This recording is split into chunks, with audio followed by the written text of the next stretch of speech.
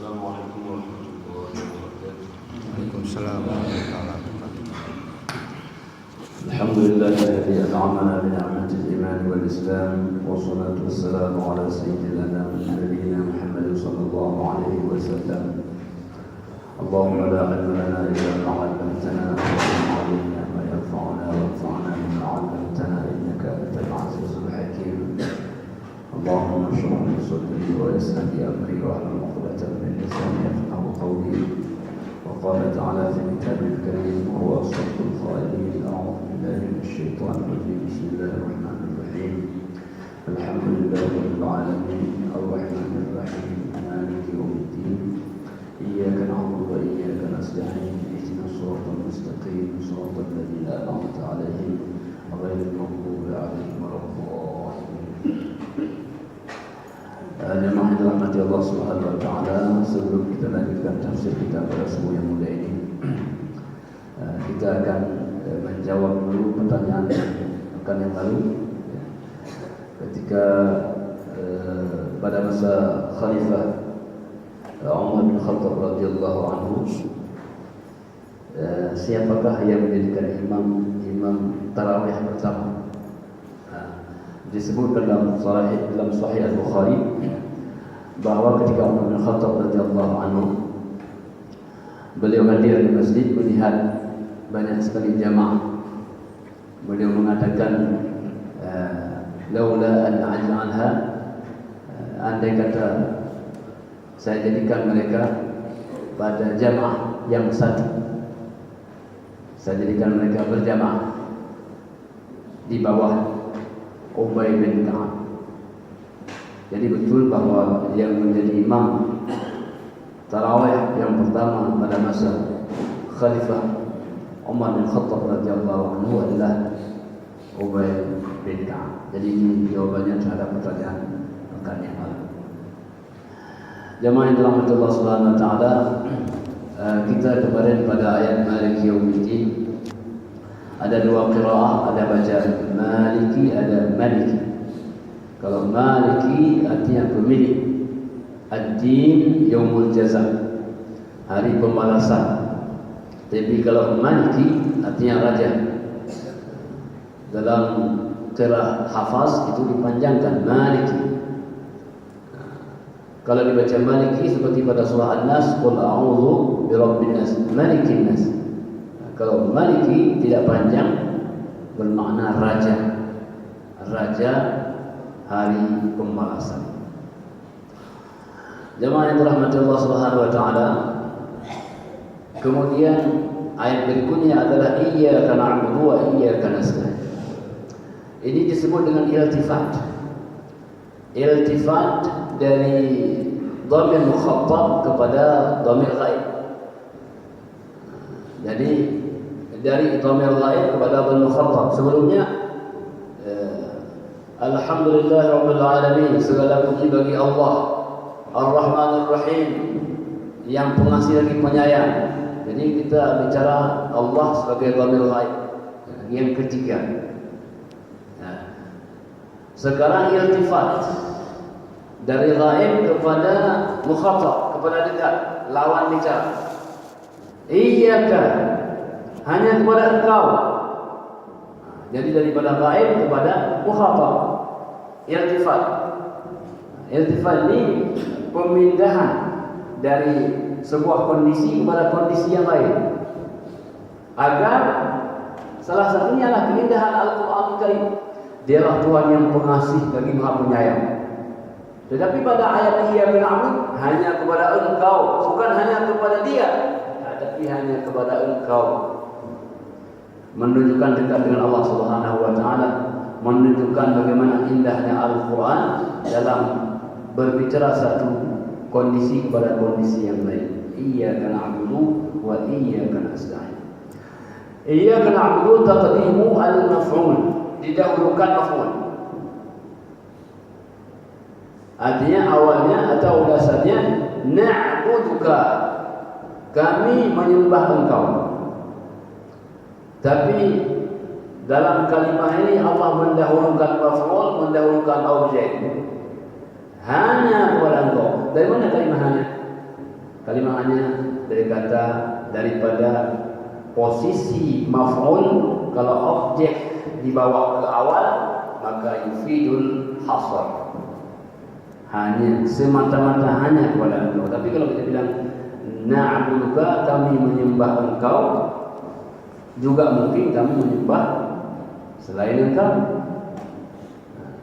Kami menyembah engkau satu, tapi juga kami menyembah selain engkau. Tapi kalau sudah hanya engkau, tertutuplah kemungkinan menyembah selain Allah Subhanahu wa ta'ala. Ini Masya Allah faedah. Tidak ada dalam bahasa yang lain, hanya ada dalam bahasa Al-Quran. Iyyaka na'budu, dipakai dhamir munfasil. Dhamir munfasil awalnya dhamir muttasil. Na'buduka muttasil, bersambung dengan kata na'buduka. Sekarang dipisahkan. Iyyaka na'budu, menyembah satu, kemudian objeknya dipisahkan. Iyyaka na'budu. Yang kedua, kenapa pakai na'budu? Iyyaka na'budu. Kenapa enggak iyyaka a'budu? Hanya kepada engkau aku menyembah. Kenapa hanya kepada engkau kami? Kenapa pakai kami, enggak aku? Jawabannya adalah Allah disembah bukan oleh satu orang. Allah disembah oleh semua orang. Na'buduka ya Allah, kami menyembah. Kami yang menyembah bukan hanya satu, tapi semua. Yang kedua, ya Allah, kami datang kepada berjamaah. Kami datang bersimpuh di hadapan-Mu secara berjamaah. Al-muwahhidin, orang-orang yang mentauhidkan Engkau, semuanya menyembah Engkau ya Allah. Kami tidak sanggup berhadapan dengan Engkau satu orang. Maka dalam Islam, ibadah itu berjamaah. Salat berjamaah, puasa berjamaah, haji berjamaah, zakat berjamaah. Iyyaka na'budu, hanya kepada Engkau kami, bukan saya tapi kami. Nah, ini jemaah dalam Allah betapa penting kebersamaan dalam kita melaksanakan ibadah kepada Allah Subhanahu wa taala. Maka oleh karena itu, ini fadilah atau di antara rahasia kenapa dhamirnya nahnu bukan ana. Iyyaka na'budu. Yang ketiga, kenapa na'budu dahulu sebelum kemudian nasta'in? Iyyaka na'budu wa iyyaka nasta'in, bukan iyyaka nasta'in wa iyyaka na'budu. Ini adalah adab, akhlak. Apa akhlaknya? Menyembah dulu, mengabdi dulu, beribadah dahulu, kemudian baru nasta'in, meminta tolong kepada Allah Subhanahu wa taala. Maka kapan kita berdoa? Setelah sholat. Kapan kita bermunajat? Setelah istighfar. Kapan kita istighfar? Kapan kita salat istighfar? Salat istisqa. Setelah bertobat. Puasa 3 hari, istighfar semuanya, baru salat istisqa, minta hujan. Jadi setelah kita mengabdi minta ampun kepada Allah Subhanahu wa taala, baru kita berdoa kepada-Nya. Ini adab al-akhlak. Didahulukan kewajiban, kemudian baru hak. Iyyaka na'budu, hanya kepada Engkau. Jadi kalimat hanya karena didahulukan objek, na'budu karena menyembah Allah itu adalah secara bersama-sama di hadapannya. Na'budu wa ibadah didahulukan sebelum isti'anah, sebelum minta bantuan kepada Allah Subhanahu wa taala. Iyyaka na'budu. Ma huwa al-ibadah? Ma hiya al-ibadah? Ibadah itu apa? Ibadah ada dua. Ibadah secara bahasa adalah al-khudu' wa al-tadallul. Ibadah adalah khudu', menundukkan diri dan menghinakan diri. Belum ada ibadah kalau orang belum menghinakan diri kepada Allah Subhanahu wa taala. Maka salah satu di antara rukun salat adalah sujud. Sujud adalah bentuk penghinaan diri. Kepala kita sejajar dengan kaki. 7 anggota badan, kepala, tangan kita, lutut kita dan kaki kita, 7 anggota badan, semua mereka sama di hadapan Allah Subhanahu wa taala. Ada juga mendefinisikan al-ibadah yang kullun min qawlin aw fi'lin ma yuhibbuhu Allah wa yardah. Segala sesuatu apa yang diucapkan, apa yang dikerjakan yang dicintai oleh Allah Subhanahu wa taala dan diridainya, itu adalah ibadah. Ibadah ada dua, ada ibadah mahdhah, ada ibadah ghairu mahdhah. Makna ibadah mahdhah, ibadah yang tidak dapat dilogikakan. Tidak bisa kita berfikir kenapa subuh 2 rakaat, kenapa Isya 4 rakaat, subuh kenapa enggak ditambah 2 rakaat. Itu ibadah mahdhah, ibadah murni, ibadah yang tidak bisa kita logikakan. Ada ibadah ghairu mahdhah, ibadah yang bisa kita pikirkan. Siapa orang miskin yang perlu kita berikan zakat? Kita yang menilai, oh ini miskin, ini tidak, ini fakir, ini tidak, ini sabilillah, ini bukan. Siapa yang menilai? Amil zakat, ibadah ghairu mahdhah. Jadi jemaah yang dirahmati Allah Subhanahu wa taala, al-ibadah iyyaka na'budu wa iyyaka nasta'in, dan hanya Engkau kami minta tolong. Isti'anah, minta tolong. Minta tolong dalam hal apa? Minta tolong kepada Allah Subhanahu wa taala agar memberikan kekuatan dalam beribadah. Jadi makanya diajarkan oleh Nabi sallallahu alaihi wasallam, Allahumma a'inni 'ala dzikrika wa syukrika wa husni ibadatik. Ya Allah ya Rabbi, bantulah saya agar selalu berzikir kepada, bersyukur kepada, dan dapat beribadah dengan baik kepada. Kalau bukan karena pertolongan Allah Subhanahu wa taala, tidak mungkin orang sampai ke mushola ini. Kalau bukan karena Allah tolong kita, tidak mungkin kita baca Al-Quran. Kalau bukan Allah tolong kita, tidak mungkin orang hafal Al-Quran. Jadi ini adalah pertolongan Allah Subhanahu wa taala. Buktinya banyak orang yang sehat mengucapkan syahadat tapi tidak sampai salat berjamaah. Banyak orang yang salat mengucapkan syahadat tapi mereka tidak baca Al-Quran. Ini bukti bahawa Allah menolong kita. Allahumma a'in. Maka doa yang paling penting dalam hidup kita, ya Allah bantulah kami untuk beribadah kepada. Jadi iyyaka na'budu wa iyyaka nasta'in. Nah, inilah pada mulai dari kalimat ini Allah mengatakan hadza li'abdi. Ini ucapan ini semua untuk hamba-Ku. Wa li'abdi ma sa'ala, dan bagi hamba-Ku apa yang dia minta. Mulai dari iyyaka na'budu wa iyyaka nasta'in. Bukan, mulai dari ihdinas siratal mustaqim, ini semua untuk hamba-Ku. Dan bagi hamba-Ku apa yang dia minta. Kita pindah kepada kalimat ihdinas siratal mustaqim. Kalimat ihdina, berikan kami hidayah. Ada hidayah. Hidayah itu ada 5 macam. Disebut dalam tafsir Wahbah Az-Zuhaili, tafsir Al-Munir, hidayah ada 5. Yang pertama adalah hidayah al-hawas. Hidayah petunjuk panca indera kita.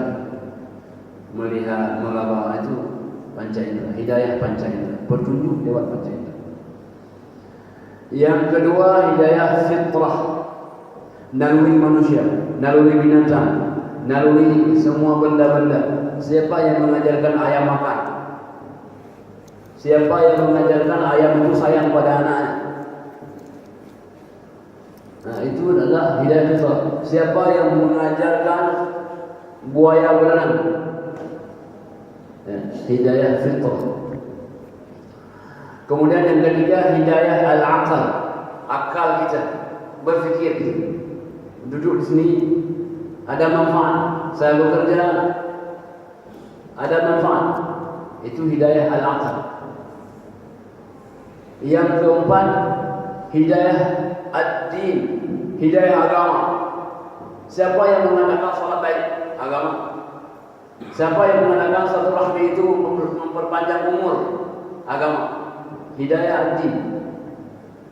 Dan yang terakhir adalah hidayah ar-rusydi.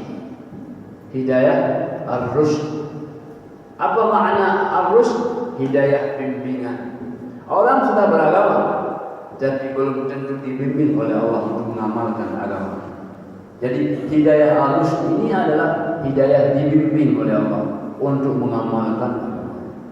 Maka banyak orang yang beragama, tapi belum tentu dibimbing dalam agama. Jadi KTP Islam, tapi amalnya belum tentu Islam. Ini namanya hidayah ar-rusyd. Jadi ihdinas siratal mustaqim, ya Allah berikan hidayah kepada kami, petunjuk kepada kami, ihdinas siratal as-siratal mustaqim, kepada siratal mustaqim, jalan yang lurus. Apa makna jalan yang lurus? As-siratal mustaqim huwa ad-din, artinya al-Islam. Siratal mustaqim artinya al-Islam. Ya Allah berikan kami kepada ajaran Islam, mengamalkan Islam. Sehingga Allah mengatakan, Ya ayyuhalladzina amanu taqullaha haqqa tuqatih wa la tamutunna illa wa antum muslimun. Wahai orang yang beriman, bertakwalah kepada Allah dengan sebenar-benarnya dan janganlah kamu mati. Janganlah kamu mati kecuali dalam keadaan Islam. Allah tidak mengatakan wala tamutunna illa wa antum mu'minin. Kenapa? Kalau dikatakan janganlah engkau mati kecuali dalam keadaan beriman, hanya sedikit orang bisa masuk. Karena iman di atas Islam. Orang mengucapkan asyhadu an la ilaha illallah wa asyhadu anna Muhammadar Rasulullah, sudah masuk Islam ya. Sudah boleh mati kalau mau. Tetapi karena Allah sayang kepada kita, maka Allah tidak mengatakan wala tamutunna illa wa antum mu'minin, agar orang yang bisa mati dalam keadaan baik banyak, maka Allah mengatakan wala tamutunna illa wa antum muslimun. Jadi ihdinas siratal mustaqim, tunjukilah kami kepada jalan yang lurus. Maknanya kepada jalan al-Islam. Jamaah dalam Allah Subhanahu wa taala. Kemudian ayat setelahnya siratal ladzina an'amta 'alaihim. Apa jalan al-Islam itu? Siratal ladzi, jalan yang an'amta 'alaihim, engkau berikan nikmat kepada mereka. Nah, Islam itu jalan yang di dalamnya ada nikmat. An'amta 'alaihim, yang di dalamnya ada nikmat. Jadi setiap orang yang masuk Islam, dia merasakan ada kenikmatan, ada kemudahan, ada kebahagiaan. Maka kita ini walaupun miskin sekali, masih ada bahagia dalam diri kita. Walaupun sengsara sekali dunia ini, masih ada kebahagiaan. Siapa mereka itu? Makna mereka itu adalah al-anbiya wa syuhada wa sholihin. Para nabi, para syuhada dan orang-orang saleh. Itulah jalan yang kita minta kepada Allah bersama mereka. Hidup kita, cara makan kita, cara minum kita, cara mati kita, cara-cara yang telah dialami oleh orang-orang al-anbiya wa syuhada wa sholihin. Bagaimana jalan mereka? Ya, Nabi makan ala kadarnya, minum ala kadarnya, meninggal mendapatkan ridha Allah Subhanahu wa taala. Lalu kemudian ghairil maghdubi alaihim, bukan jalan yang dimurkai. Di sini dipakai makna majhul, bukan jalan yang dimurkai. Tidak disebut bukan jalan yang engkau murkai. Ini adalah adab. Maknanya bahwa keburukan itu tidak disembahkan kepada Allah Subhanahu wa taala. Kebaikan adalah disembah kepada Allah Subhanahu wa taala, dan keburukan tidak dinisbahkan kepada Allah Subhanahu wa taala. Ya?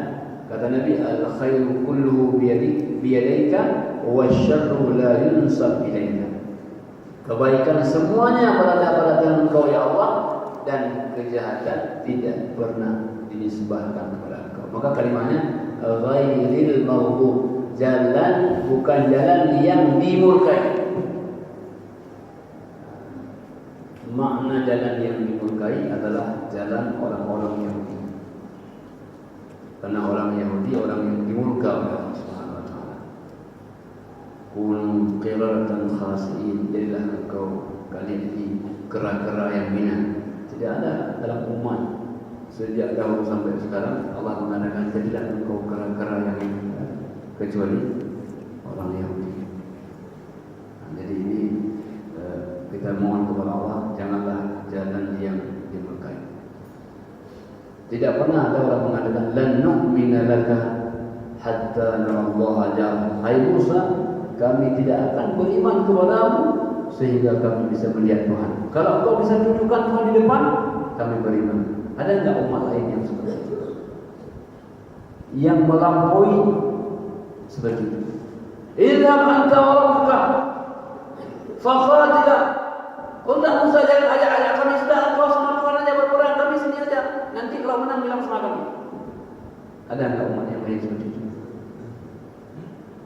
Nah, jadi inilah umat Yahudi, umat yang tidak kenal Tuhan. Disuruh Tuhan sama Musa berperang berdua. Mereka tunggu hasilnya. Nah, ini jadi oleh karena itu luar biasa. Luar biasa. Iyyaka na'budu wa iyyaka nasta'in, ghairil maghdubi 'alaihim waladdallin, dan bukan jalan yang orang-orang yang sesat. Orang-orang yang sesat maknanya orang-orang Nasrani. Mereka yang telah mencampur adukkan inkhilaf kitab-kitab samawinya sehingga disebut orang-orang yang sesat. Pada ujung kalimat itu amin. Amin bukan ayat. Bukan ayat, tapi dia adalah ad-doa. Artinya Allahumma istajib, ya Allah kabulkan doa kami. Jadi itu kalimat amin dalam ayat.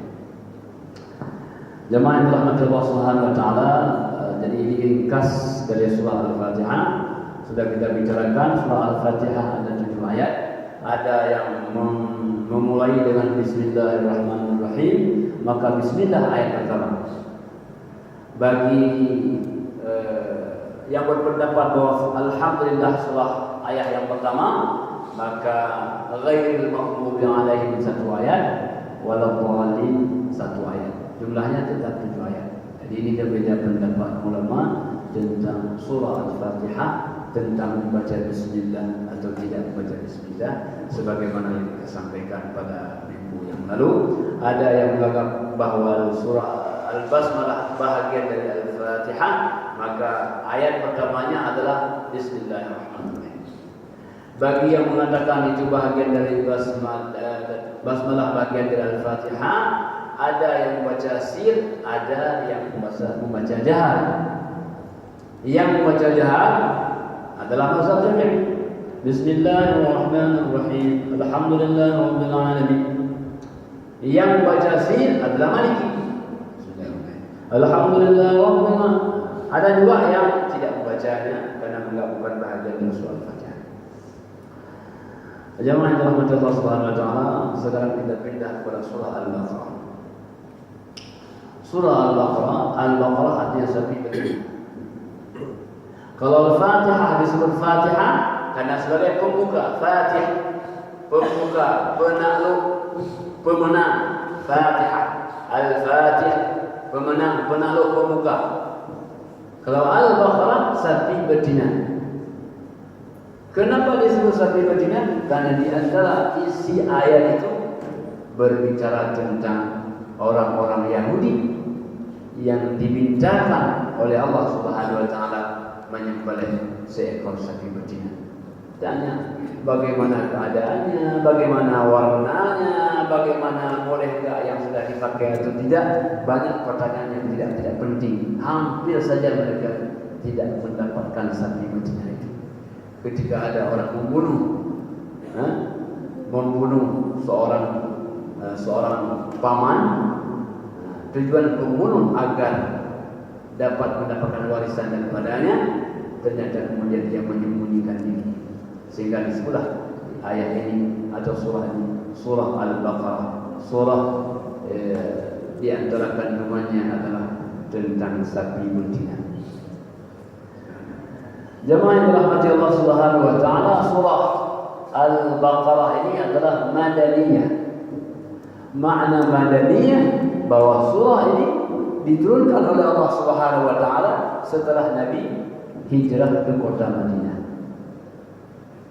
Apa bedanya dengan surah Makkiyah? Kalau surah Makkiyah, surah yang diturunkan oleh Allah Subhanahu wa taala sebelum hijrah ke kota Madinah. Jadi bukan masalah depan. Boleh jadi Madaniyah turun di Mekah, tapi setelah hijrah. Madaniyah atau Makkiyah terkait kapan. Kalau sebelum hijrah, namanya Makkiyah. Setelah hijrah, namanya Madaniyah. Kenapa dibedakan? Karena Makkiyah bicara dakwah tauhid. Nabi 13 tahun namanya mendakwah tentang bagaimana menyembah Allah, bagaimana mengesahkan Allah, bagaimana memahami syirik. Makanya 13 tahun namanya dakwah tauhid. Sebab surah Makkiyah. Surahnya pendek-pendek, kebanyakan bicara tentang akidah, bicara tentang hari kemudian, bicara tentang kiamat, idza zulzilatil ardu zilzalaha, qul a'udzu birabbin nas. Semua bicara tentang bagaimana orang mentauhidkan Allah Subhanahu wa taala, percaya kepada hari kiamat, bagaimana percaya kepada Rasul dan sebagainya. Surah Madaniyah, surah yang berbicara tentang bagaimana muamalah, transaksi, kehidupan sosial, bagaimana kita jual beli, bagaimana riba dan sebagainya. Ini surah Madaniyah. Jadi orang kalau keyakinannya belum betul, maka tidak mudah dia mengamalkan muamalah. Kenapa orang makan riba? Mungkin keyakinannya betul. Kenapa orang masih senang untuk menipu? Karena keyakinan. Jadi semua muamalah ini dia muaranya pada keyakinan dan tauhid kepada Allah Subhanahu wa taala. Jemaah yang dirahmati Allah Subhanahu wa taala, maka surah Madaniyah ini surah yang mencakup masalah akidah, masalah ibadah, masalah muamalah, masalah akhlak, masalah persoalan dalam keluarga, ahwal syakhsiyah, ada masalah talak, ada masalah iddah, orang yang ditolak berapa lama dia menunggu, orang yang mati bagaimana, dan seterusnya hukum-hukum yang bersifat syariat. Kemudian juga surah Al-Baqarah bicara bagaimana tentang sifat orang yang beriman, bagaimana sifat orang kafir, bagaimana sifat orang munafik. Dijelaskan dalam surah Al-Baqarah.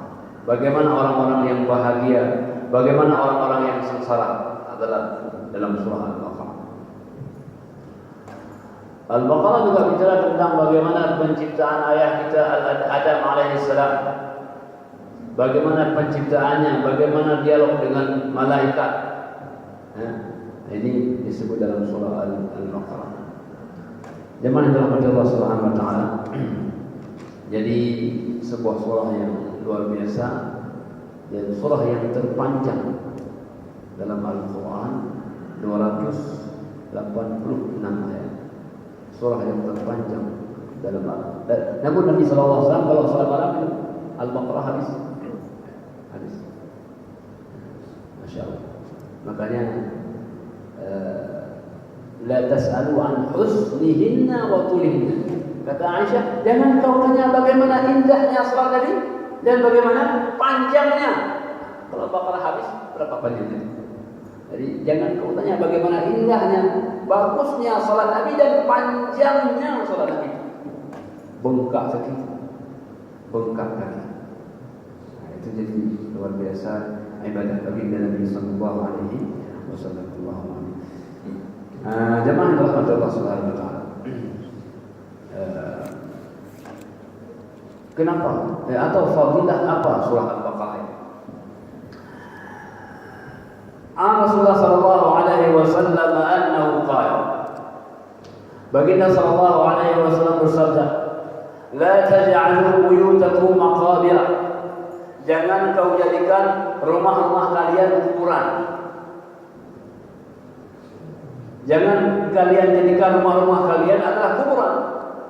Inna syaitana yanfiru minal baiti alladhi tuqra'u fihi suratul Baqarah.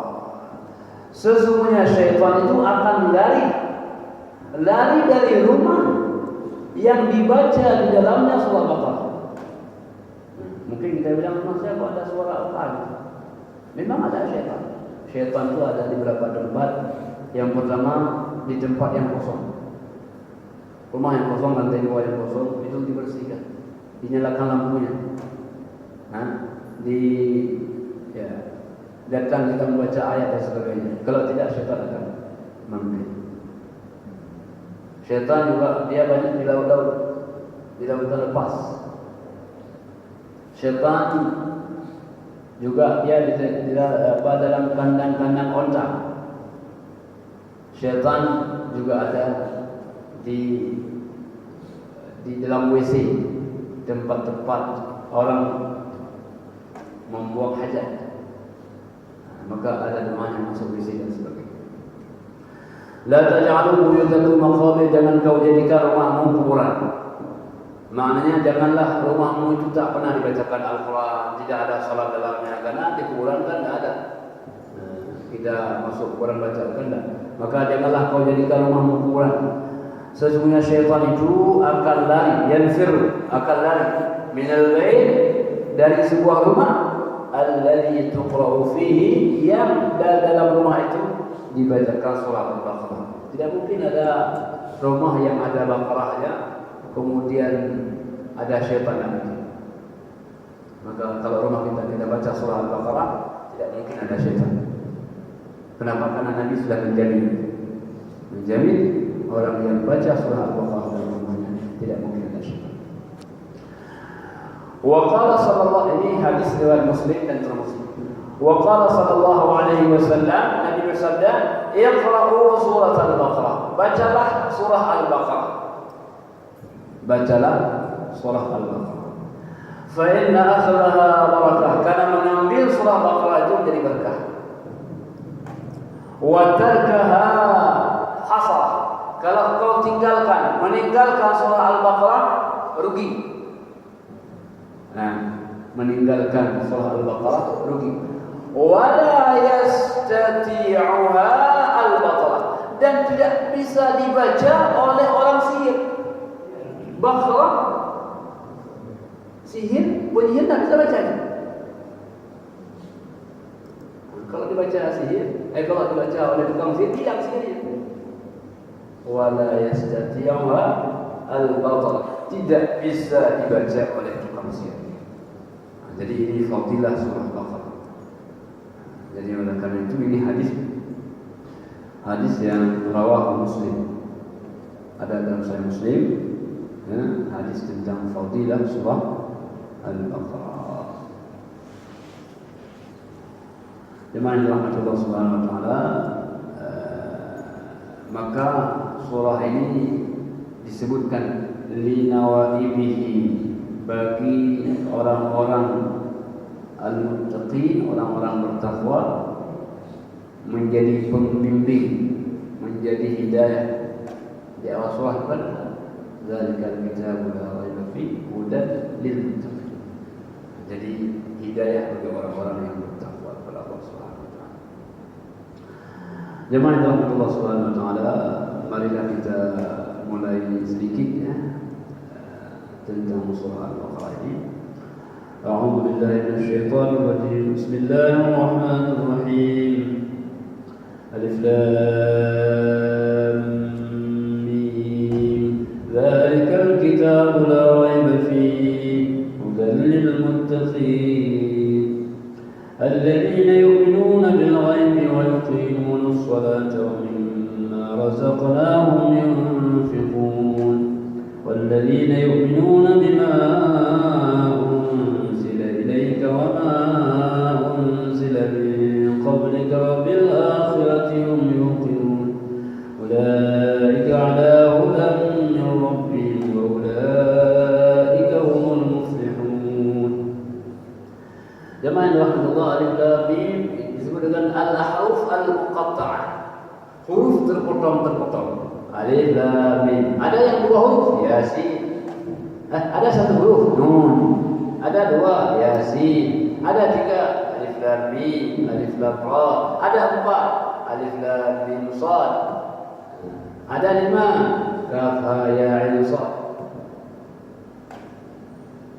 Itu apa surah? Huruf al-muqatta'ah ini apa maknanya?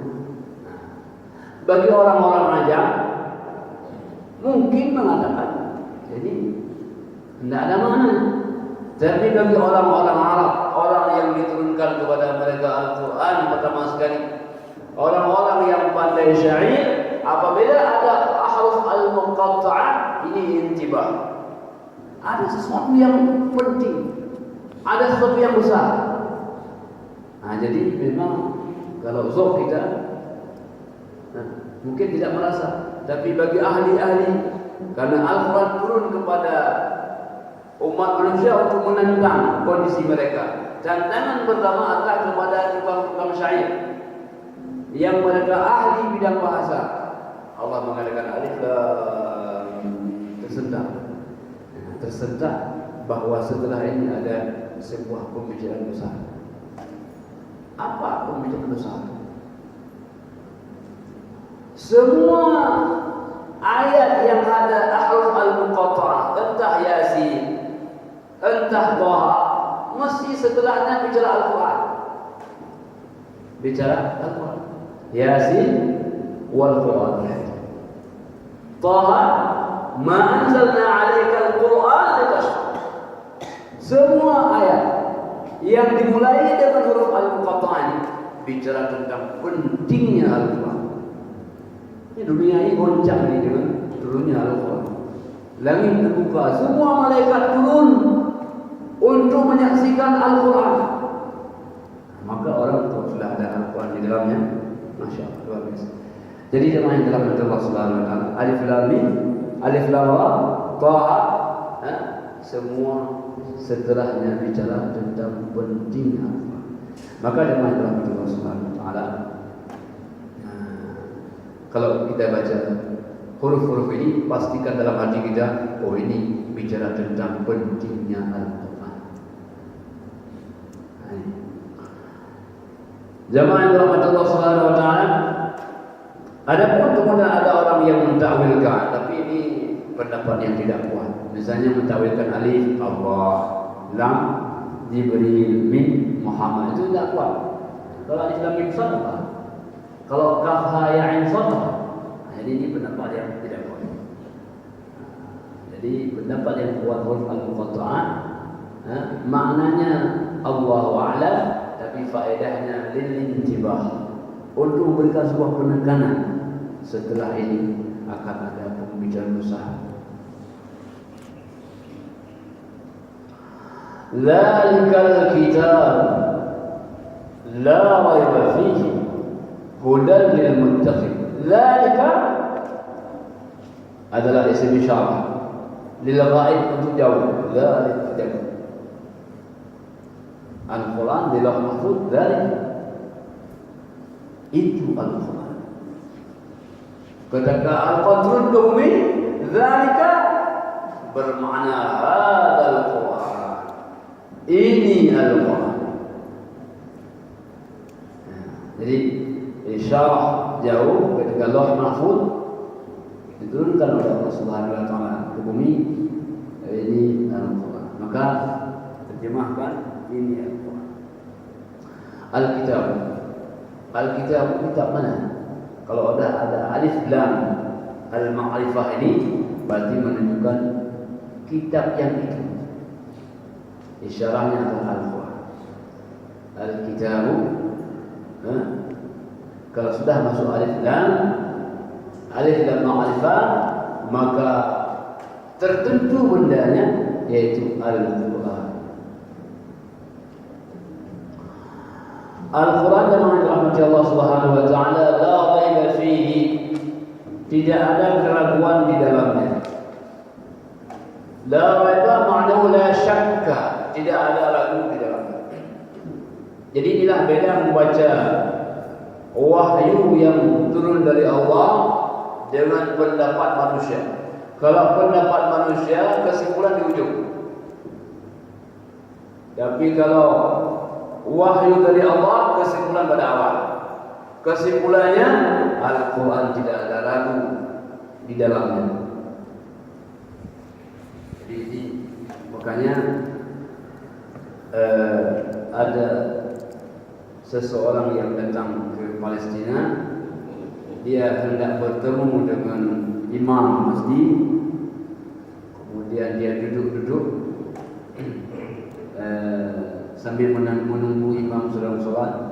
Dia buka Al-Quran, dia baca Al-Quran, tidak ada ragu di dalamnya. Dia heran, kenapa ini kitab ini belum apa-apa sudah tidak ada ragu. Akhirnya dia tidak jadi ketemu dengan Pak Imam ini, dia pinjam satu Al-Quran, dia bawa pulang, dia baca dalam yang terjemahannya.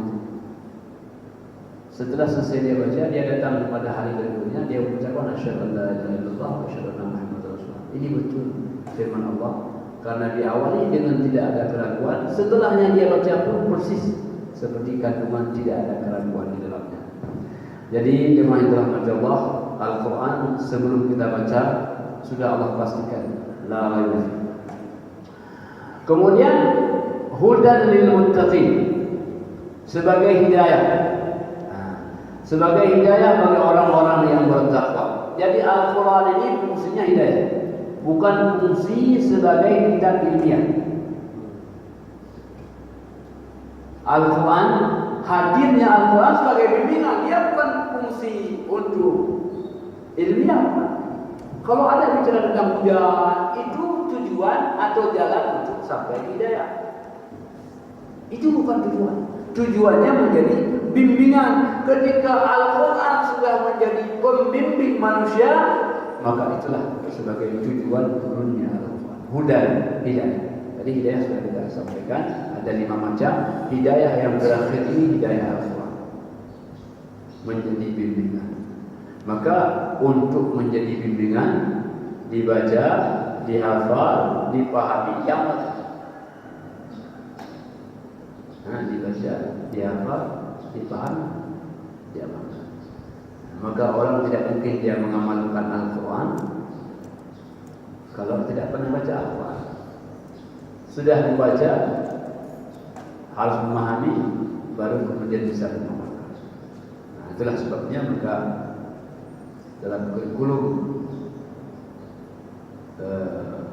sebagai seorang umat Islam, pertama dia membaca Al-Quran, dia hafal Al-Quran, dia amalkan Al-Quran, dia baca hadis, dia hafal hadis, dia amalkan. Hudan lil muttaqin, hidayah bagi orang-orang yang bertakwa. Jemaah yang dirahmati Allah Subhanahu wa taala, kalimah muttaqin. Al-muttaqin dari kata taqiya yatqa. Taqiya yatqa. Makna taqiya yatqa, menjaga, memelihara. Taqiya yatqa, menjaga, memelihara diri kita dari semua pernak-pernik neraka. Maka ketika kita bilang muttaqi, kalau jalan dunia ini diistilahkan banyak durinya, maka jalan ketika kita langkah itu, kita jaga jangan sampai tertusuk duri. Itu muttaqi. Ini dunia ini kan banyak durinya. Jadi al-muttaqi kalau jalannya dia cari jalan agar tidak tertusuk duri, itu al-muttaqin. Maka tanda muttaqin, hati-hati makan, hati-hati minum, hati-hati dapat uang, hati-hati, itu muttaqin. Tapi orang kalau sudah enggak hati-hati, diambil semuanya, bawa sini, itu dia bukan lagi muttaqin, hilang kehati-hatian. Tapi kalau muttaqin, ini halal enggak ya? Itu muttaqin. Dia masih ada tanda-tanda. Ini boleh enggak? Ini sah tidak? Jadi muttaqin ada sikap kehati-hatian. Maka Nabi menggunakan ittaqin nara walau bisyiqqi tamratin. Takutlah engkau kepada neraka walaupun hanya dengan sebutir kurma. Di rumah itu untuk menjaga neraka kita sedekahkan ke orang. Mohon doa ya agar saya dilepaskan api neraka itu. Ittaqi. Tetapi dalam istilah yang lebih umum atau ulama mengatakan al-muttaqin al-imtithalu bi awamirillahi wajtinabu bi nawahi. Itu istilah yang definisi umumnya. Artinya melaksanakan semua perintah, menjauhkan semua larangan umum sekali. Nah, itu. Jadi itu makna muttaqin. Banyak definisi ulama-ulama, intinya itu. Intinya adalah melaksanakan perintah, menjauhkan larangan. Bagaimana caranya? Bagaimana kita pahami perintah larangan? Harus memahami Al-Quran, memahami hadis. Baru tahu ini perintah dan ini larangan. Jemaah yang Allah Subhanahu Wa Taala hudan lil muttaqin. Kalau Ali radhiyallahu anhu mengatakan al-muttaqin adalah maknanya al-i'dadu li yaumir rahim. Yang pertama kata beliau al-muttaqin al-khawfu min al-jalil. Takut kepada zat yang maha mulia. Wal qana'atu bil qalil. Merasa puas sedikit apa yang kita miliki. Khawfu min al-jalil. Takut kepada zat yang maha mulia. Al-i'dadu li yaumir rahim. Mempersiapkan kepada hari keberangkatan. Jadi tiga. Yang pertama al-khawf min al-jalil, takut pada zat yang maha mulia. Al-qana'atu bil qalil, merasa cukup sedikit apa yang kita miliki. Yang ketiga adalah al-i'dadu li yaumir rahim, persiapan akan hari keberangkatan. Kalau sudah ada tiga hal ini, menurut Ali radhiyallahu anhu termasuklah dia kepada orang yang bertakwa. Siap-siap dia solat, ibadat, doa. Mungkin saya akan meninggal. Itu ada mana muttaqin. Dia siap-siap berangkat. Kalau orang sudah siap-siap berangkat, maka sudah ada nilai takwa di dalam hati. Jemaah Allah, ini sudah jam 7 kurang sedikit. Mungkin ada diskusi pada dari Al-Fatihah sampai ayat kedua dari surah Al-Baqarah.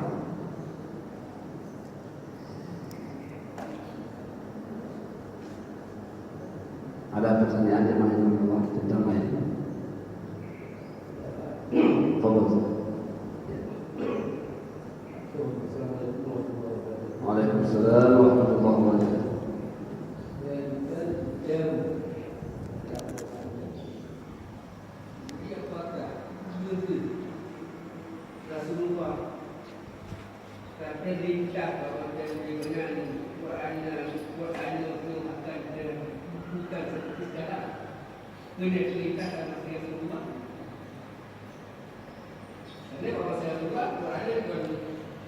Masyarakat timur tulis bahwa di sini tulis bahwa batik masyarakat itu nya perintah kami semua Tuhannya berarti maka akan menjadi berdiri. Ya. Nabi SAW mengatakan, la taktubu ghairal Quran. Wa man kataba anni ghairal Quran falyamhum. Jangan kau tulis daripadaku selain Al-Quran. Nabi melarang untuk menulis hadis.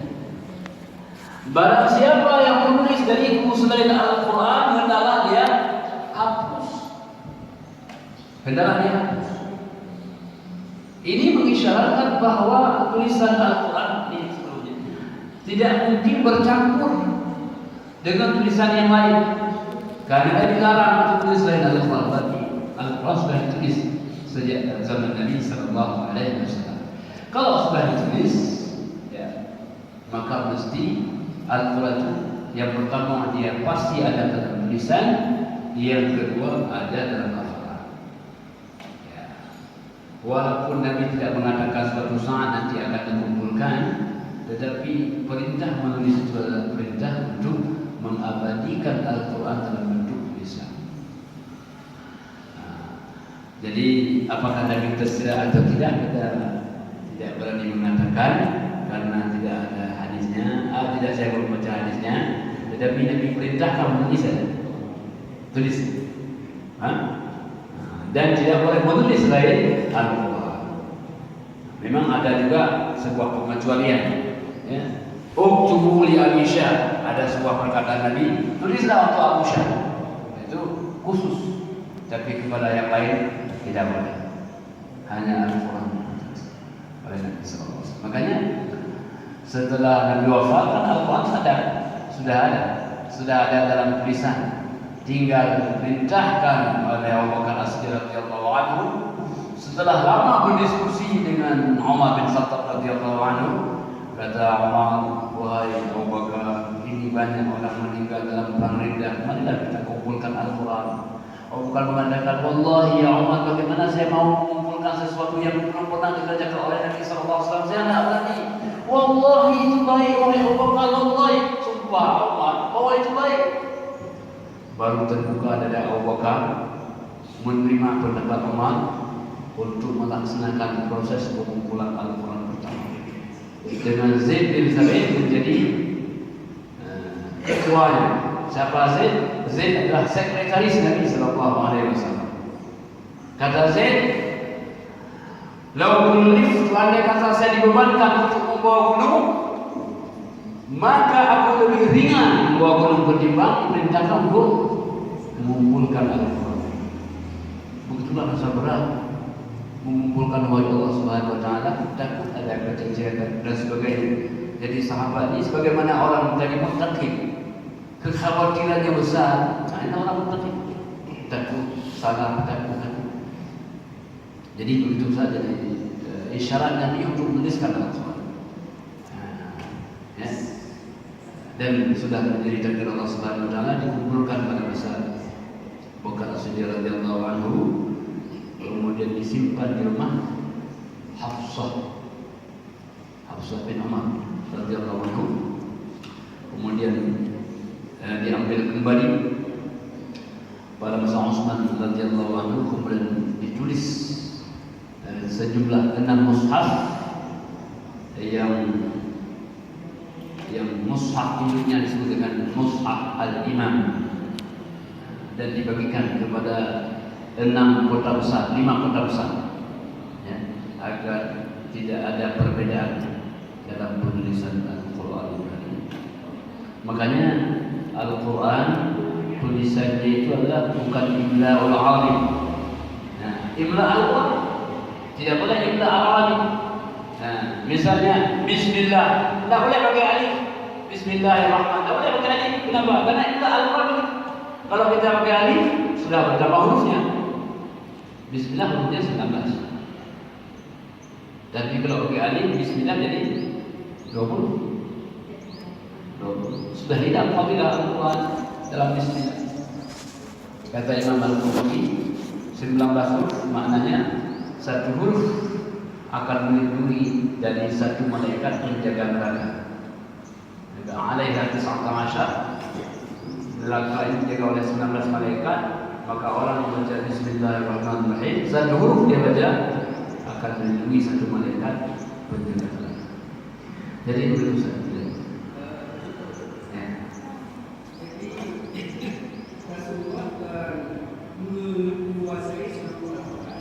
Ya. Jadi waktu menentukan tidak. Tapi dalam benak Rasulullah, suatu saat memang wala kita akan jadi isu. Begitu berjalan punya beliau.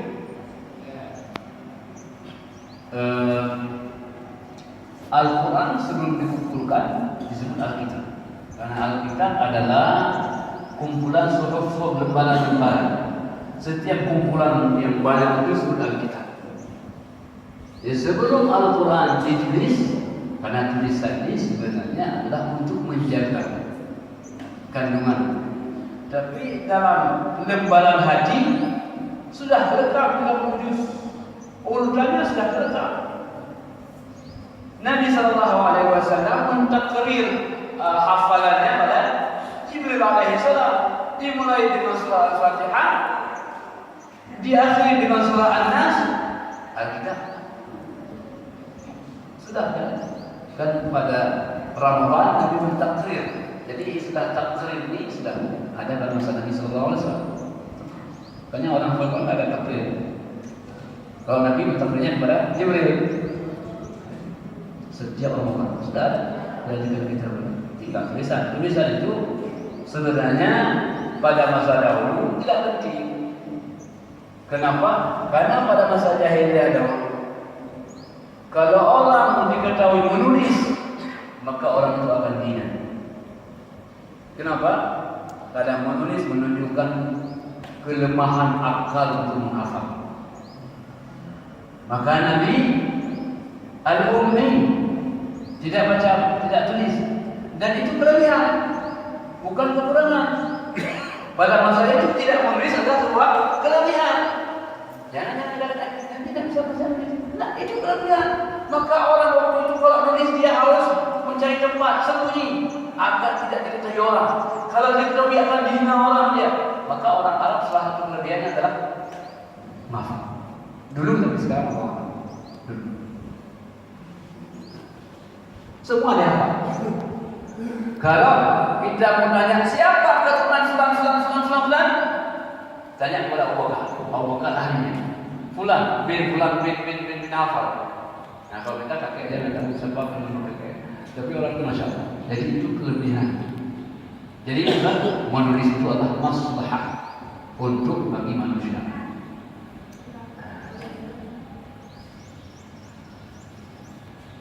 Jadi jemaah Allah hanya sudah jam 7 sedikit, kurang sedikit. Demikianlah kajian kita tentang sunnah ini. Adalah